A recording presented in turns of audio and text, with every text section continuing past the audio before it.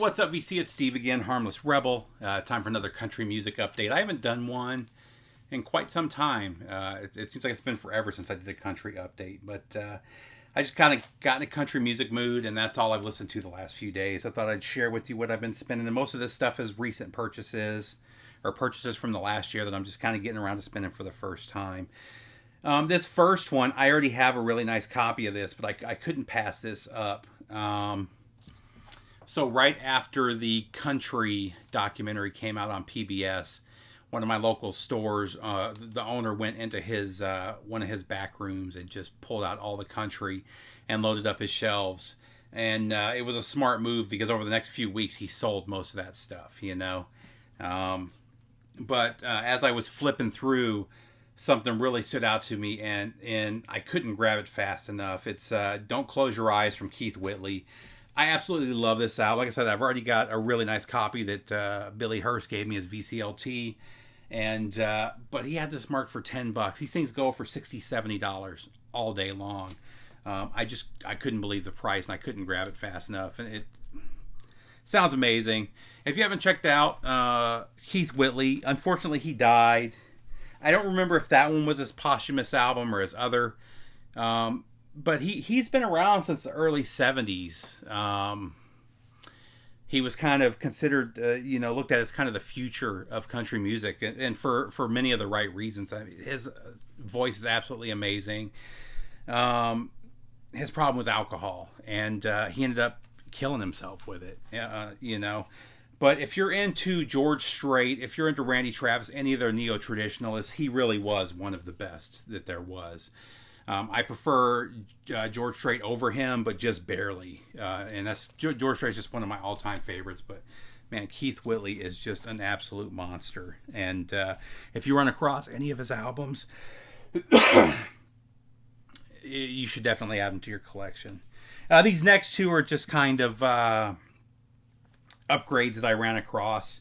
Castles in the Sand from David Allan Coe, and then this one is Spectrum 7 from David Allan Coe. I actually have a really nice white label promo. This one's a gold stamp promo. The vinyl on this one's a little nicer than my white label promo, though. So 79 and I think 85. Let's see. Nope, 79 and 83. This one was 83. Both great albums, though. Next up, actually, let me pull out. Give me a sec. I was listening to a podcast. So one of the podcasts I subscribe to is called Radio Lab. It's just a really good podcast. One of the guys did a side podcast, though. I don't remember the exact name of it, but it's like Dolly Parton's America. I may be wrong on that. Check it out, though. Really killer. I think it was 7 or 8 parts. Just a killer podcast. I ended up pulling out a couple of Dolly albums that were in my inbox for quite some time. All I Can Do, which was 76. I've always loved Dolly Parton, but her 70s stuff, late 60s and 70s stuff is definitely my favorite. And then this one, I actually really liked this one. I didn't know what to expect. It was like $1 or $2 buy. This is from 87 or 80 or 86, and most of these are 80s love ballads, but really good. And going back to this one, All I Can Do, people remember Dolly for her looks, maybe for her charity for Dollywood. They forget she wrote a good portion of her songs, and almost all of her best songs are the ones that she wrote herself, or that she had a part in co-writing. And the reason I mention that is All I Can Do, I think she wrote all but one song on that album. So next up, keeping with the female superstars, we've got the Judds, Why Not Me. This was their full-length debut, by far their best-selling album. I think this one went 2 or 3 times platinum. They never really reached this success again. I always liked the Judds until recently, hearing the story about Winona and not Winona. What's the mom's name? It's gonna drive me crazy now. Ashley and Winona are the daughters. What the heck is the mom's name? Doesn't matter. Cocaine and Rhinestones. If you haven't checked out that podcast, it's amazing. It's a really killer podcast.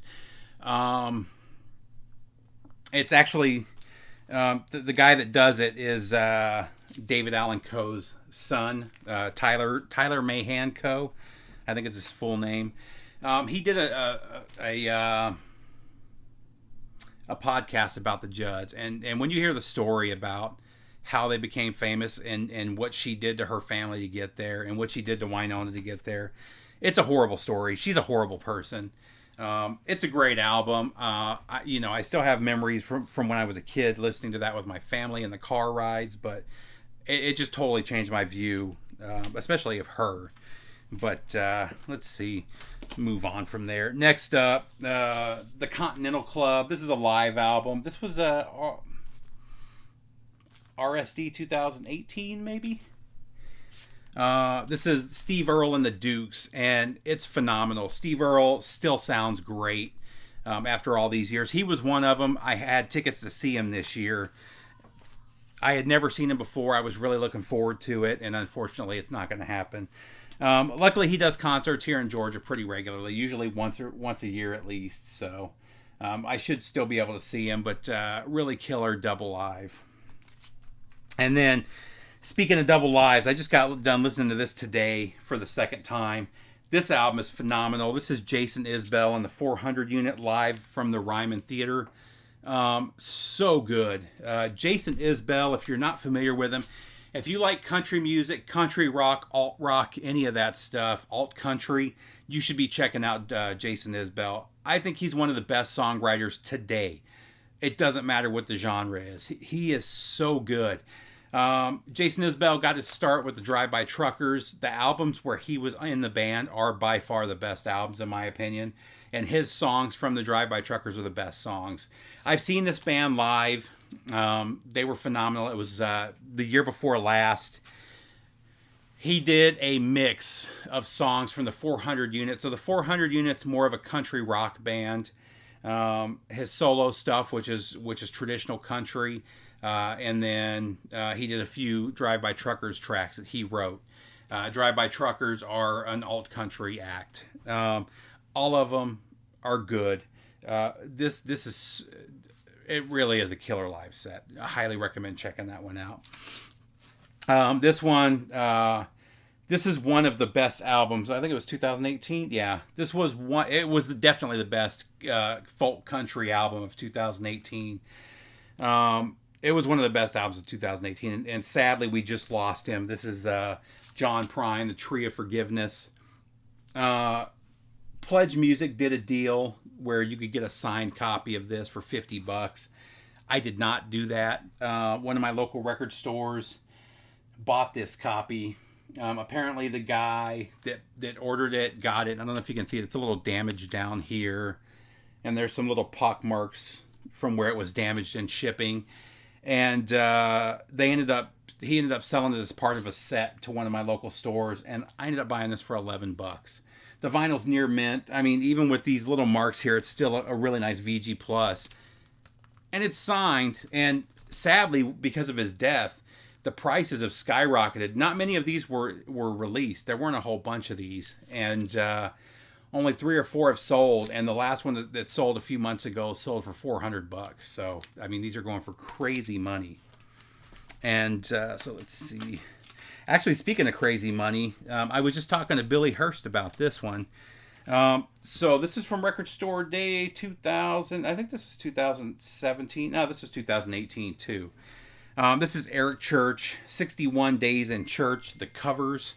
So Eric Church has been doing, he did this like 15 or 16 album box set where if you bought the box and it was one of the gig boxes, kind of like what Kiss did, and every month you would get a new record.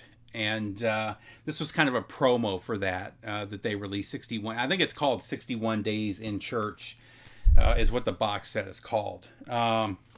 What's crazy is this thing is going for like $100 now. I don't remember how many there were, 1,500, 2,000. The Eric Church fans are just absolutely rabid. Some really killer covers though Turn the Page, Dixie Chicken, 6 Days on the Road is phenomenal. Rusty Cage, Allentown Midnight Rider is really good. American Woman. He does Better Man from Pearl Jam too, which would have been good, but he does one of those things where he sings half the sentence and then puts the mic out as what it sounds like to the audience.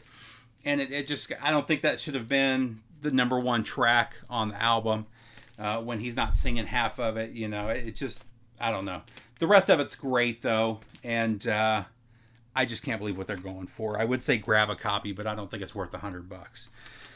And then this one too, these are going for like $75. This is Eric Church on the Rocks, live and mostly unplugged.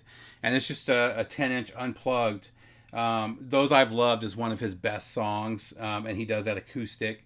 And then he does Chattanooga Lucy, Kill a Word in These Boots.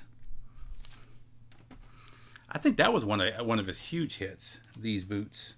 I don't listen to a lot of country radio, so I could be wrong on that. But next up, and I've only got a few left, keeping this one short. Summertime, Willie Nelson sings Gershwin.